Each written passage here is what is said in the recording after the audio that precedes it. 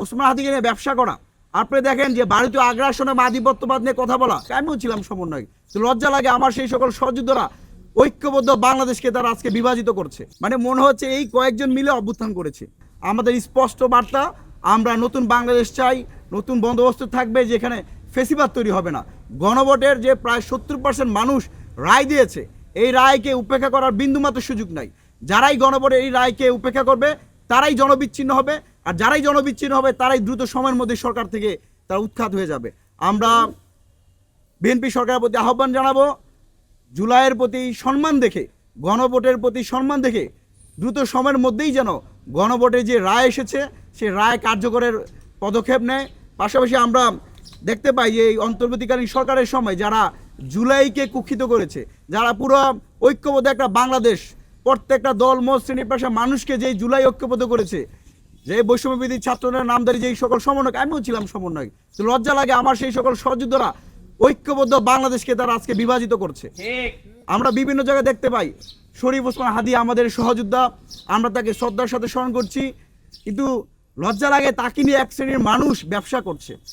এই যে ওসমান হাদিকে নিয়ে ব্যবসা করা, আপনি দেখেন যে ভারতীয় আগ্রাসনে আধিপত্যবাদ নিয়ে কথা বলা, 2019 সালে 22 ডিসেম্বর এই ডাকসু ভবনে তৎকালীন সময়ে ছাত্রলীগ এবং মুক্তিমন্ত্রীর সন্ত্রাসীদের হামলায় নুরুল হক নূর মারাত্মকভাবে আহত হয়। আমাদের এই সহযোদ্ধা এপিএম সোহেলকে ছাদ থেকে ফেলে দেয় ছাত্রলীগের সন্ত্রাসীরা। ইভেন আমাকে সেখানে যে মর্মান্তিকভাবে হামলার শিকার হতে হয়। আমার ডান হাত সেখানে সাক্ষী, প্রায় 22টা সেলাই হয়েছিল, মাথায় 13টা সেলাই ছিল, আমার মেরুদণ্ডের একটা হাড় বাঁকা, এখন আমার খুব কষ্ট হয়। কিন্তু আমরা কখনো বলি না আমরা এই ক্রেডিট নিতে চাই। ওসমান হাদি ভারতীয় আগ্রাসনের বিরুদ্ধে কথা বলেছেন, আমরা যখন এই বাংলাদেশে নরেন্দ্র মোদী প্রথম বাংলাদেশে আসে, তখন আমরা ছাত্র অধিকার পরিষদ, যুব অধিকার পরিষদ, নুরুল হক নূরের নেতৃত্বে নরেন্দ্র মোদীর বিরুদ্ধে আমরা রুখে দাঁড়িয়েছিলাম। নরেন্দ্র মোদীর সেই আগ্রাসনের বিরুদ্ধে কথা বলার কারণে আমাদের আমি সহ আমার অসংখ্য নেতাকর্মী 6 মাস জেলে ছিল। আমরা আজকে যারা ওসমান হাদিকে নিয়ে ব্যবসা বাণিজ্য করার চেষ্টা করছে, আমি প্রশ্ন রাখতে চাই, সেই 2018 সাল 19 সালের আগ্রাসন বিরুদ্ধে আন্দোলন সংগ্রামে তারা কোথায় ছিল? আব্দুল আল জাবেরকে পছন্দ করি, ভালো লাগে যে তার সহযোগিতাকে নিয়ে অনেক কান্নাকাটি করেন, তারা অবদান কোথায়? 2021 সালে যেখানে আমরা 6 মাস জেলে ছিলাম মোদী বিরুদ্ধে আন্দোলন করতে গিয়ে, ফেলানি হত্যার বিরুদ্ধে কথা বলতে গিয়ে, তারা কিন্তু ছিল না। কিন্তু আমরা সম্মান করতে চাই, শ্রদ্ধার সাথে স্মরণ করতে চাই অভ্যুত্থানের প্রত্যেকটা আন্দোলনের যারা স্টেক, যারা এই আন্দোলনের নেতৃত্ব দেখ বা না দেখ, যারা সশরীরে ছিল।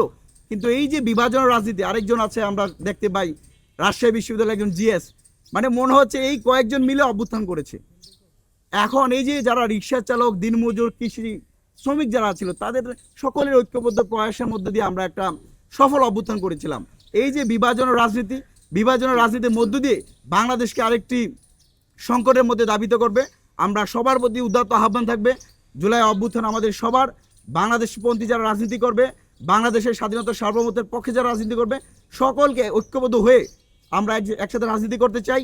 এবং দেশের কল্যাণে, জনগণের কল্যাণে অনেক জায়গায় দ্বিমত থাকতে পারে, সেই জায়গায় আমরা শ্রদ্ধার সাথে দ্বিমত পোষণ করতে চাই।